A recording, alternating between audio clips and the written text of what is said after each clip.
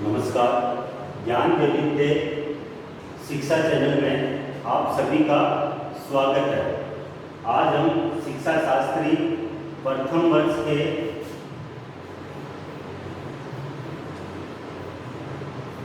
चतुर्थ प्रश्न पत्र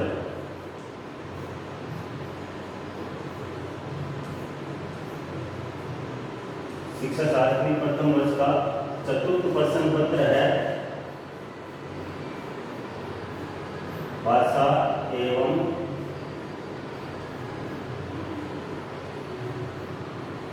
पाठ्यक्रम। इस पाठ्य पुस्तक के पहला यूनिट है इसका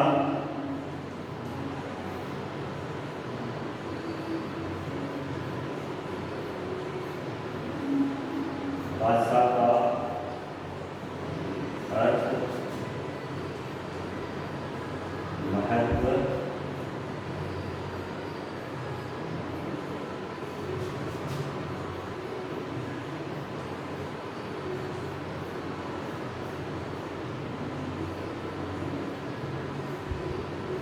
एवं शिक्षण उद्देश्य।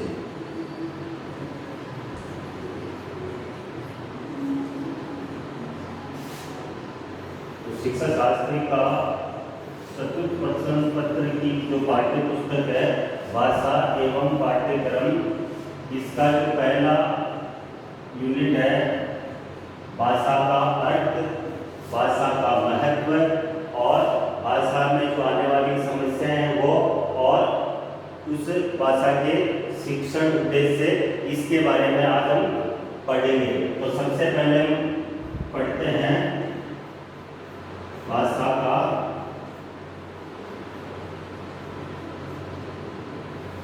अर्थ।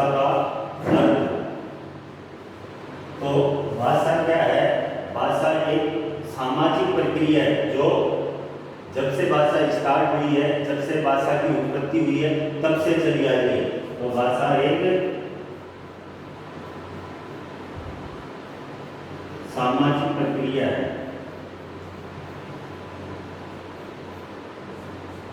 समाज में बोले जाने वाली एक सामाजिक प्रक्रिया है। भाषा किसी व्यक्ति विशेष द्वारा निर्मित नहीं है।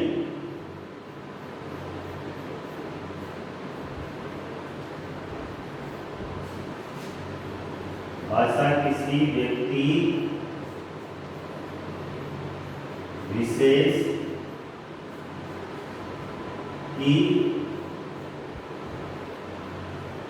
प्रति रचना नहीं है। किसी व्यक्ति विशेष ने भाषा को नहीं बनाया, ये तो स्वतः ही बनी हुई है। किसी व्यक्ति विशेष ने इस भाषा को रचा नहीं है, बनाया नहीं है। भाई समाज में जब से भाषा बोली जाने लगी है तब से भाषा चली हुई आ रही है, और भाषा के द्वारा व्यक्ति अपने विचारों का आदान प्रदान करता है। तो ये भाषा किसी व्यक्ति विशेष द्वारा बनाई गई कृति नहीं है।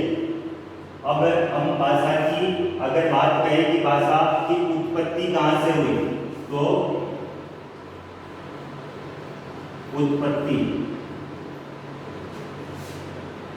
भाषा की उत्पत्ति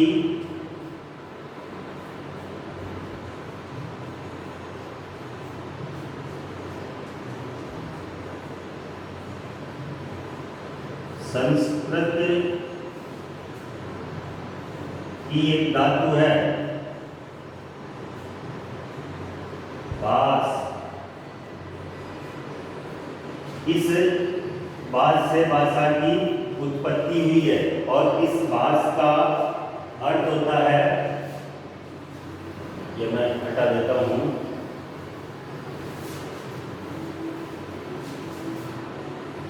भाष का अर्थ होता है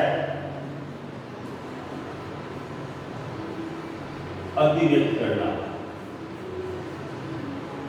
मनुष्य क्या अभिव्यक्त करता है? मनुष्य के जो मन में जो विचार आते हैं उनको भाषा के माध्यम से अभिव्यक्त करना। तो भाषा की उत्पत्ति संस्कृत की एक धातु है भाष, जिसका अर्थ होता है अभिव्यक्त करना। इससे मानी जाती है। इसके अलावा अब ये हो गया, इससे भाषा की उत्पत्ति बताई गई है। अगर हम बात करें तो हिंदी की, तो आधुनिक भारत की राष्ट्रभाषा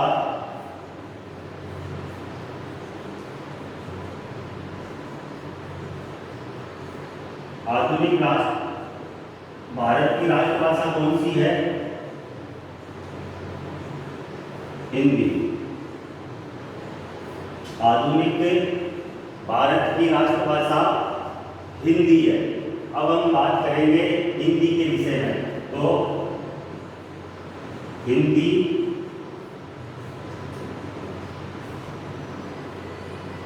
भाषा की उत्पत्ति,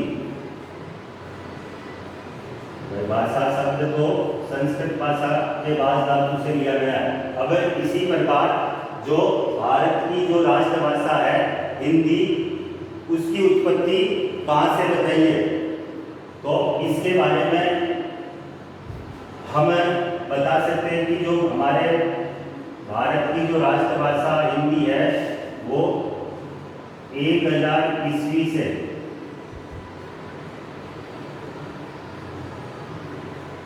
1000 ईस्वी से आधुनिक समय तक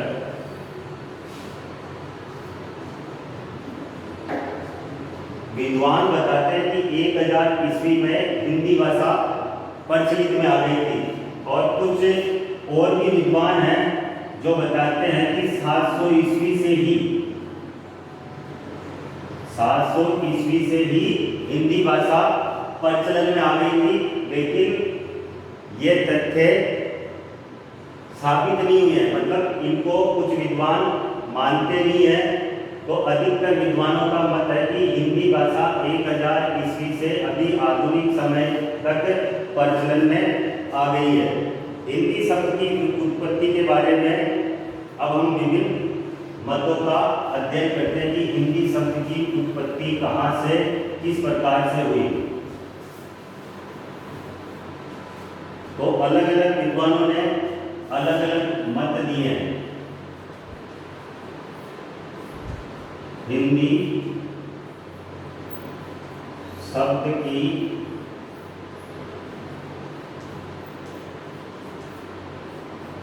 उत्पत्ति, किस प्रकार से हिंदी शब्द की उत्पत्ति हुई। तो हिंदी शब्द की उत्पत्ति के बारे में मत है कि संस्कृत के हिंदी शब्द भी बताते हैं कि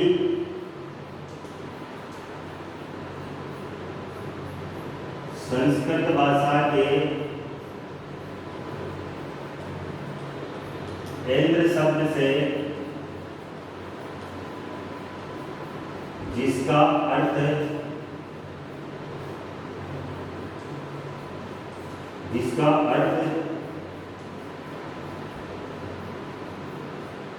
ऐश्वर्य होता है, हिंदी शब्द की उत्पत्ति मानी जाती है। इस शब्द से हिंदी शब्द की उत्पत्ति मानी जाती है। यह पहला विचार है कि हिंदी शब्द संस्कृत भाषा के इंद्र शब्द से बना है जिसका अर्थ ऐश्वर्य होता है। हिंदी शब्द इसके अलावा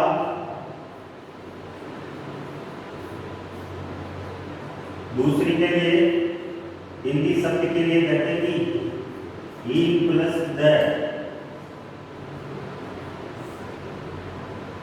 ही प्लस द से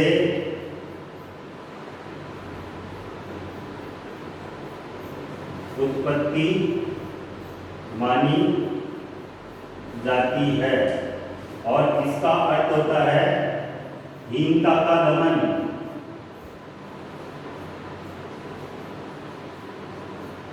इसका अर्थ होता है हीनता का दमन। तो हिंदी शब्द की उत्पत्ति के लिए दो अर्थ है कि एक तो ये संस्कृत भाषा के इंद्र शब्द से जिसका अर्थ होता है ऐश्वर्य, इससे हिंदी शब्द की उत्पत्ति मानी जाती है। इसी प्रकार दूसरा मत है कि हीन प्लस है, इससे भी हिंदी शब्द की उत्पत्ति मानी जाती है, जिसका अर्थ होता है हीनता का दमन। इसके अलावा पारसी भाषा के शब्द, एक पारसी भाषा का शब्द है। अगर तीसरी उत्पत्ति के बारे में हम बताएं तो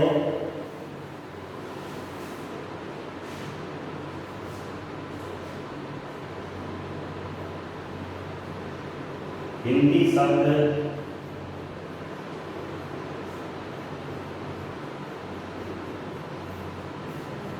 पारसी भाषा के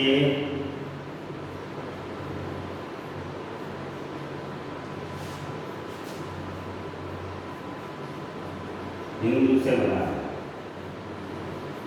जो ये हिंदू शब्द है ये पारसी भाषा का शब्द है, लेकिन यहाँ पर भी अनेक विद्वानों ने इस हिंदू मत को लेकर अपने अपने विचार व्यक्त किए हैं। अब कुछ विद्वान बताते हैं कि ये जो हिंदू शब्द है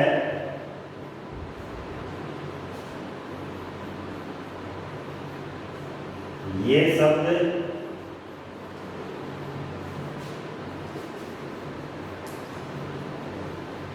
संस्कृत के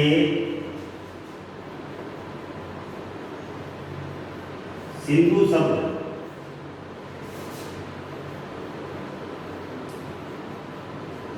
से बना है। अब इसमें भी विद्वानों ने अपने मत दे दिए कि हिंदी शब्द की जो उत्पत्ति है वो पारसी भाषा के हिंदू शब्द से बना है, लेकिन यहाँ पर भी विद्वानों ने कह दिया कि इस हिंदू शब्द की उत्पत्ति भी संस्कृत के सिंधु शब्द से मानी जाती है। इसके अलावा फिर इसमें अलग मत दे दिया कि ये जो सिंधु शब्द है ये सिंधु शब्द भी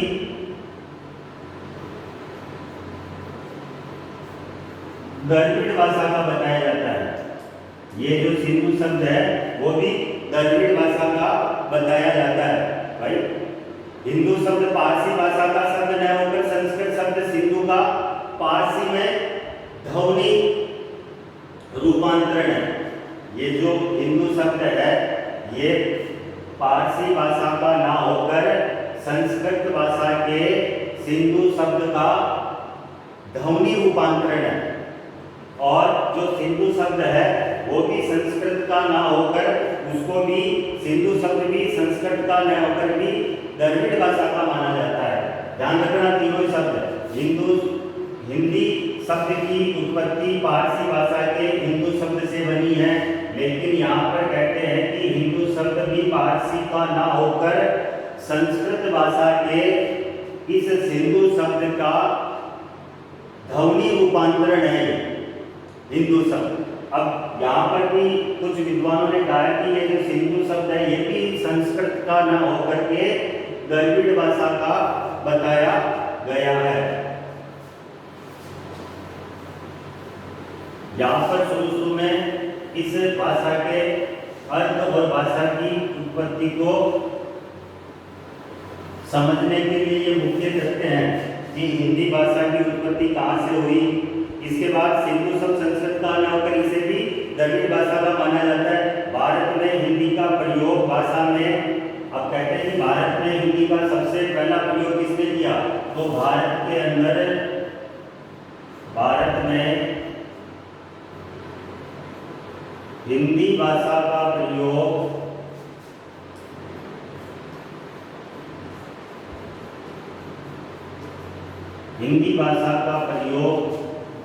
सर्वप्रथम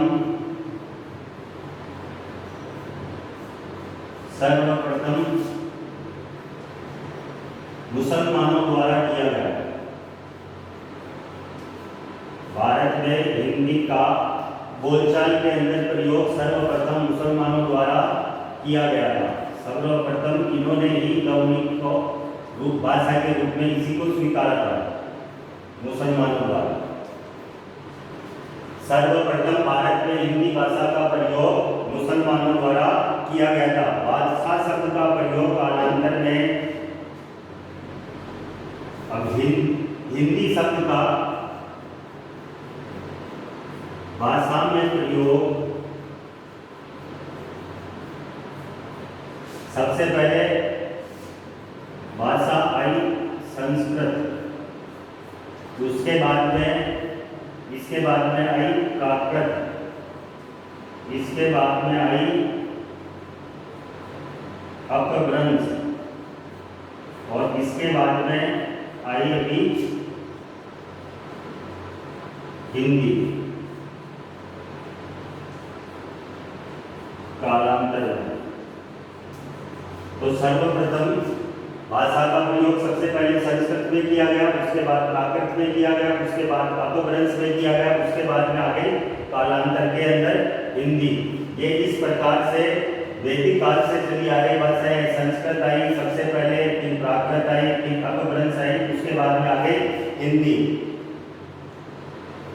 भारत में सर्वप्रथम अमीर खुसरो ने हिंदी शब्द का प्रयोग भाषा के अर्थ में किया। ये सबसे महत्वपूर्ण है। भारत में सर्वप्रथम हिंदी का प्रयोग भाषा में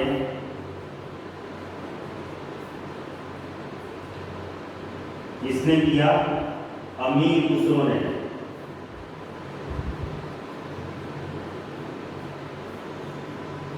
भारत में सर्वप्रथम हिंदी का प्रयोग भाषा में अमीर खुसरो द्वारा किया गया। अनेक विद्वानों का मानना है कि हिंदी भाषा का प्रारंभ मैंने पहले भी बता दिया था कि अनेक सारे विद्वान हिंदी को 700 ईस्वी से ही बताते हैं, लेकिन अधिकतर विद्वानों का मत है कि हिंदी का प्रारंभ 1000 ईस्वी से प्रारंभ हुआ। तो दोनों ही मत माने जाते हैं, 700 वाला भी माना जाता है और 1000 वाला भी माना जाता है, क्योंकि कोई प्रमाणित तथ्य नहीं है, इसलिए दोनों मतों को माना जाता है। 1000 भी माना जाता है और 700 भी माना जाता है। अब हम भाषा के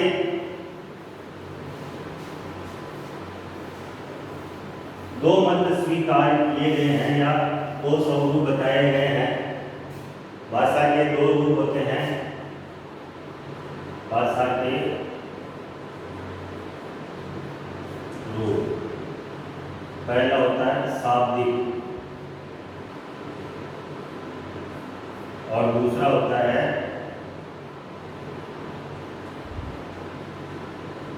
अशाब्दिक। भाषा के दो रूप होते हैं, शाब्दिक और अशाब्दिक। शाब्दिक का मतलब जो शब्द होते हैं जिनको बोलकर समझाया जाता है, जिनका बोलकर आदान प्रदान किया जाता है, वो होता है शाब्दिक। और अशाब्दिक का मतलब होता है जो केवल इशारों में समझाया जाता है या मुख रूप से जो समझाया जाता है, वो होता है अशाब्दिक। तो इनको भी शाब्दिक होता है बोलकर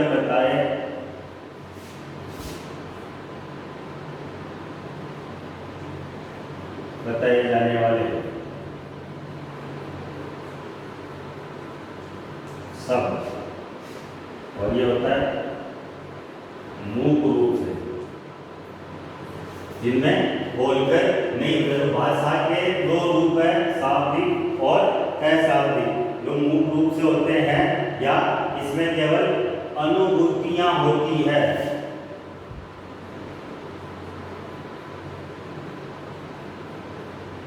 अनुभूतियों द्वारा बताया जाता है, और जो शाब्दिक होते हैं उनमें बोलकर बताया जाता है। अब आता है सबसे महत्वपूर्ण इस ध्वनि की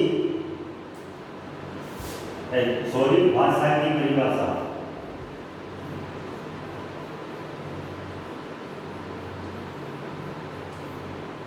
भाषा की परिभाषा की भाषा किसे कहते हैं? तो जिन ध्वनि चिन्हों द्वारा मनुष्य परस्पर विचार विमर्श करता है, उसकी समष्टि को भाषा कहते हैं। जिन ध्वनि चिन्हों द्वारा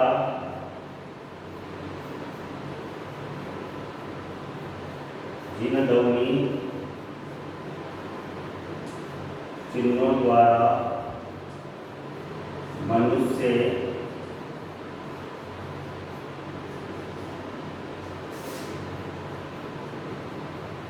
विचार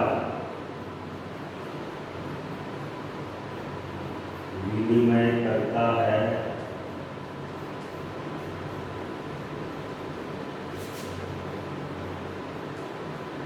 उसकी समष्टि को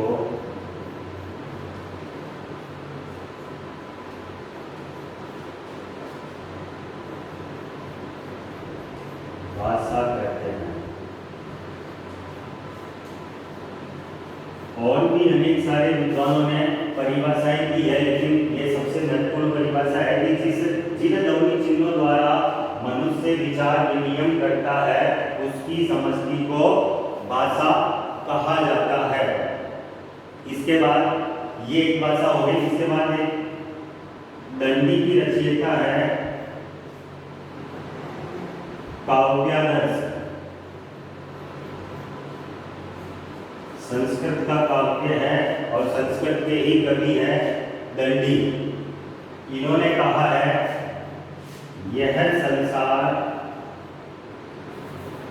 या कहते कि तीनों लोग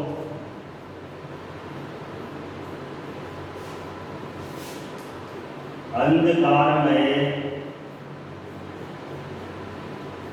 होते अगर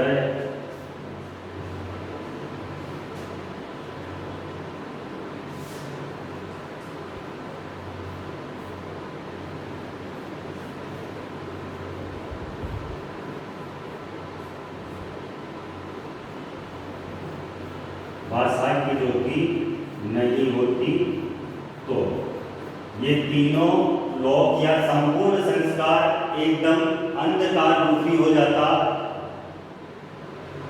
अगर ये भाषा ज्योति रूप में नहीं आती तो। मतलब इस संसार का कोई मतलब ही नहीं होता अगर भाषा नहीं होती तो।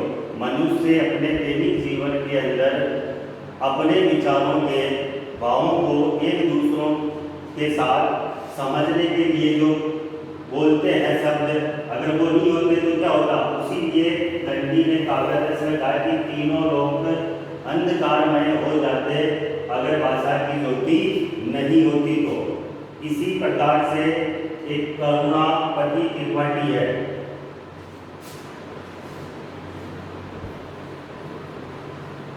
करुणापति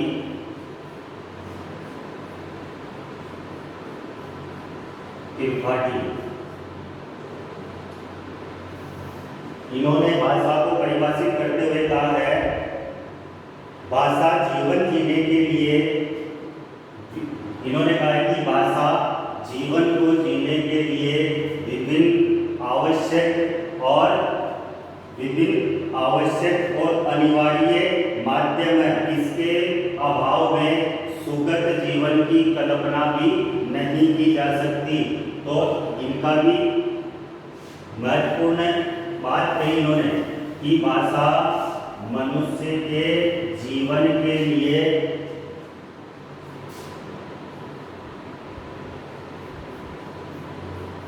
आवश्यक, महत्वपूर्ण और भाषा के बिना जीवन की कल्पना भी नहीं की जा सकती। अगर भाषा नहीं होगी तो वो जीवन ही व्यर्थ है। उन्होंने कहा कि इसकी कल्पना भी नहीं कर सकते। अब इसके अलावा आगे हम पढ़ते हैं, भाई भाषा का अर्थ हो गया, भाषा की परिभाषा हो गई।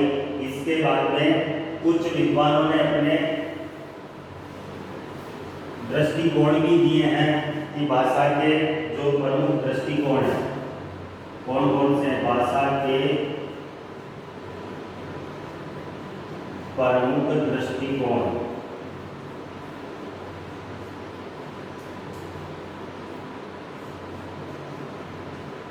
भाषा के प्रमुख दृष्टिकोण। तो भाषा के प्रमुख 3 दृष्टिकोण बताए हैं। पहला आता है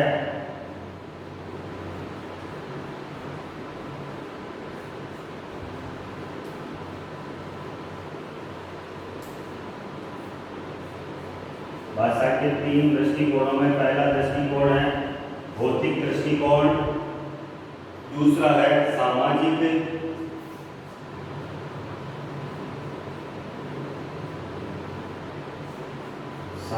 दृष्टिकोण, और तीसरा जो दृष्टिकोण है वो है सांस्कृतिक दृष्टिकोण।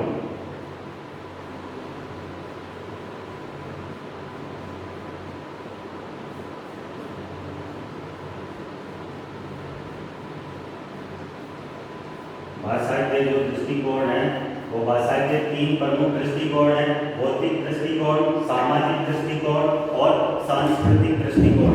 तो जो भाषा का भौतिक दृष्टिकोण है उसमें भाषा भौतिक दृष्टिकोण कहता है कि भाषा एक ध्वनियों का समूह है। भाषा ध्वनियों का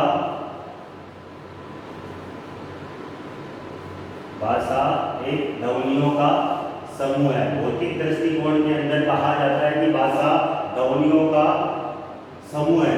इसके बाद कहता है कि प्रत्येक व्यक्ति में भौतिक दृष्टिकोण में कहते हैं कि प्रत्येक भाषा के अंदर की प्रत्येक व्यक्ति की जो भाषा होती है बोलने की वो किसी की भी समांतर नहीं होती है। अलग अलग प्रकार की बोली बोली जाती है, अलग अलग प्रकार की ध्वनियाँ निकलती है। भाई जो ध्वनियों का समूह है तो किसी भी व्यक्ति का ध्वनि का समूह समान नहीं होता है, सबका अलग अलग होता है भौतिक दृष्टिकोण में। भाई प्रत्येक व्यक्ति के जीभ और नाक गला एक जैसे नहीं हो सकते। इसमें सभी प्रकार की व्यक्तियों की जो भाषा होगी, आवाज़ होगी वो अलग अलग होगी। इसके बाद में आता है सामाजिक दृष्टिकोण। इसमें ये सामाजिक दृष्टिकोण कहता है कि भाषा एक आदान प्रदान की वस्तु है, आदान प्रदान की वस्तु है। ये कहता है कि भाषा के द्वारा मनुष्य अपने विचारों को दूसरे तक पहुंचाता है और दूसरे के विचारों को अपने अंदर लाता है। तो भाषा को एक आदान प्रदान की वस्तु भी बताया गया है और कहती है कि मनुष्य एक सामाजिक प्राणी है। तो जो भाषा चली आ रही है उन भाषाओं को बोली जाती है। इसके बाद ये सामाजिक में कहता है कि मनुष्य समाज में सबसे मिलजुल कर रहना चाहता है। तो अगर मनुष्य समाज में सबसे मिलजुल कर रहेगा तो उसे भाषा बोलने का तरीका आना चाहिए। तो और सबसे मिलने के लिए मनुष्य को अपने विचारों को आदान प्रदान करना पड़ता है। तो उसके लिए भाषा की आवश्यकता